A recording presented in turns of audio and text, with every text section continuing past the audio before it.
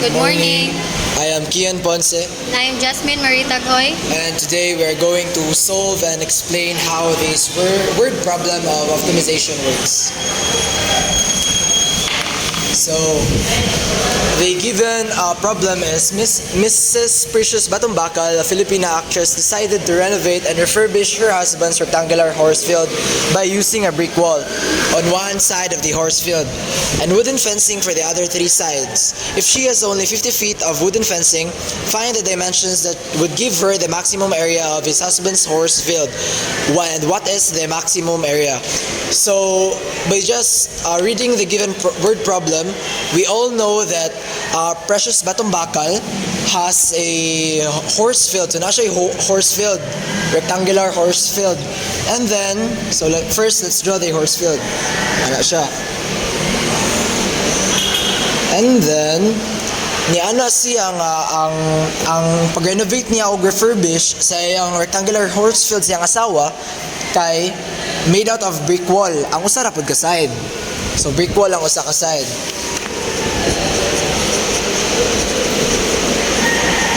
And then wooden fencing put for the other three sides. So we all know a horse field given a rectangle siya kay rectangle has four sides. So ang one side niya is brick wall and the other three sides is wooden fencing. So kani siya diri kay wooden fencing kani siya wooden fencing.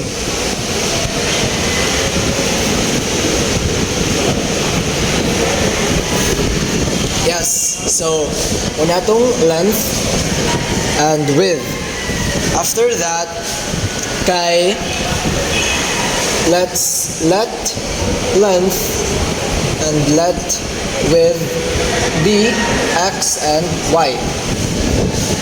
And then first na to ikuan is ato i-convert ang word problem into a mathematical equation. So ang kaning siya diri, since ana man siya nga ang both sides is same ra, wala may nausab, wooden fencing man. So let L be x, so 2x plus and y let width be y, so y ni siya. And then ni ana man siya nga ang pag-renovate niya o refurbish is ang wooden fencing ra kung unsa ang what I meant is kung unsa ang measurement sa kaning wooden fencing. So kanira nga side ang gikuha, wala niya gilabdan ang brick wall. So wooden fencing ra meaning usa ra ka buok ang y, dili siya mag 2 kay brick wall man ang pika side, ang usa ra man nga side ang gipangita which is ang wooden fencing. So it's basically y plus y is equals to 50 feet ang total sa wood fencing. Then find the dimensions what would give her the maximum area of his husband's horse field. So 50. After that is we need to find y in terms of x. So in order to do that, we need to make lipat-lipat ato ibalhinon ato i-move ang 2x sa pika side. Oops. Yes. So y is equals to 50 ang positive 2x kay may mo na siyang negative 2x. So now that we have our y, ato i-write dire. So y is 50 to x. Yeah. And then we need to go to the second formula. So atong second formula is ang itikipangita man dire is what is the maximum area. So basically it's the area to gipangita. So area adita kay wala na siya space dirita. So area is equals to x times y. Kay basically x is our length and y is our width. So I mean length times width. So mo na siya x of y. And then atong x is ato na substitute itong values kay na naman tani no. Ato na substitute itong values. So let the x and then ang y na to is 50 minus 2x. Wala siya. Next na to buhat doon is ato siya i-distribute ang x sulod sa parenthesis. So distribute. So it's gonna be 50x minus 2x squared. So muna na to ang function. Yes. After that is we're going to susunod button. Ato siya double prime. So A, separate that. So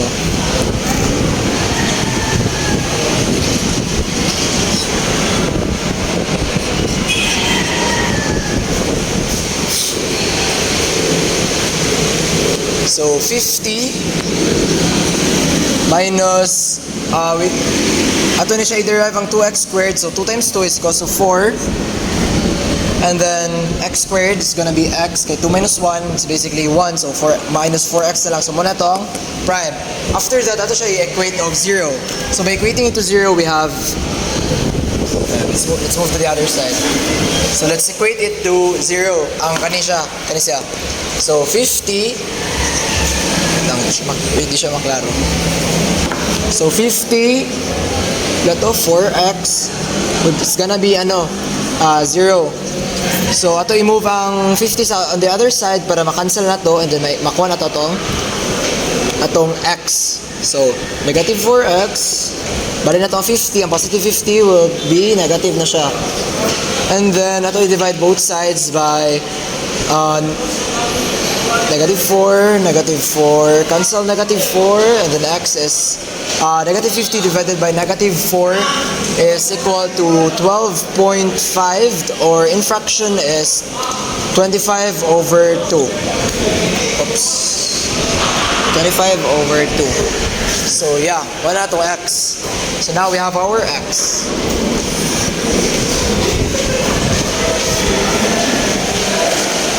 And now Jasmine will be explaining how the other half of the problem works. Now, we need to find the maximum area. First, to find the maximum area, we're gonna need to find y. To find y, we're gonna use the formula y equals 50 minus 2x. Now, since we all know that x is 12.5 or 25 over 5, we just need to substitute it to this equation. Y equals 50 minus 2 times 25 over 2. And y minus 2 times 25 over 2 is 25. Now we have our y.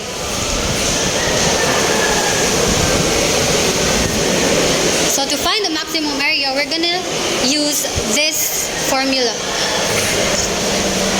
Area A of x is equal to x times y, or length times width.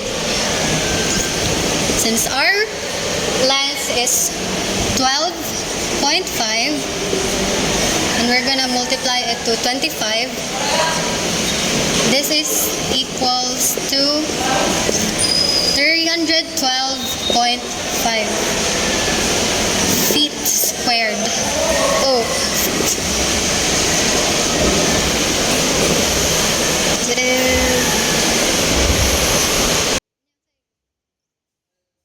Also, everyone, we should not forget to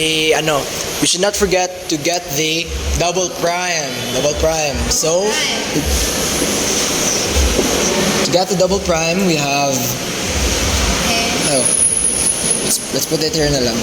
So double prime. So 50 is a constant, so it's automatically mawala na siya. And then ang x is naman na siya ikuan nga 1, so 1 minus 1 is mawala na po siyang x. So may mo na siyang negative 4. So negative 4 ang atong double prime. So ano siya diri is may mo na siyang 25 over 2 negative 4. And we all know, basta sa prime gani siya, basta ang highest exponent kani, ang kaning 50 minus 4x, mo na itong prime, basta gani ang highest exponent kay odd numbers, meaning 1, 3, 5, 7, 9, basta odd numbers gani, which means ang atong kuan is an absolute. And then negative 4, since negative 4 man siya, therefore it is a maximum. So which means ang ato ang kuan ito ang equation is a absolute maximum. Yeah. And now that we have our x and y, so our total maximum area is 312.5. Yes.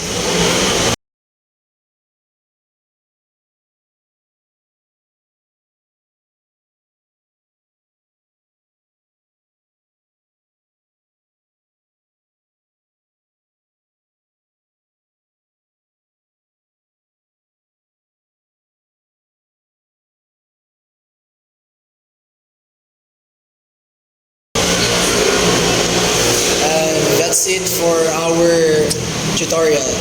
Thanks for watching. Okay.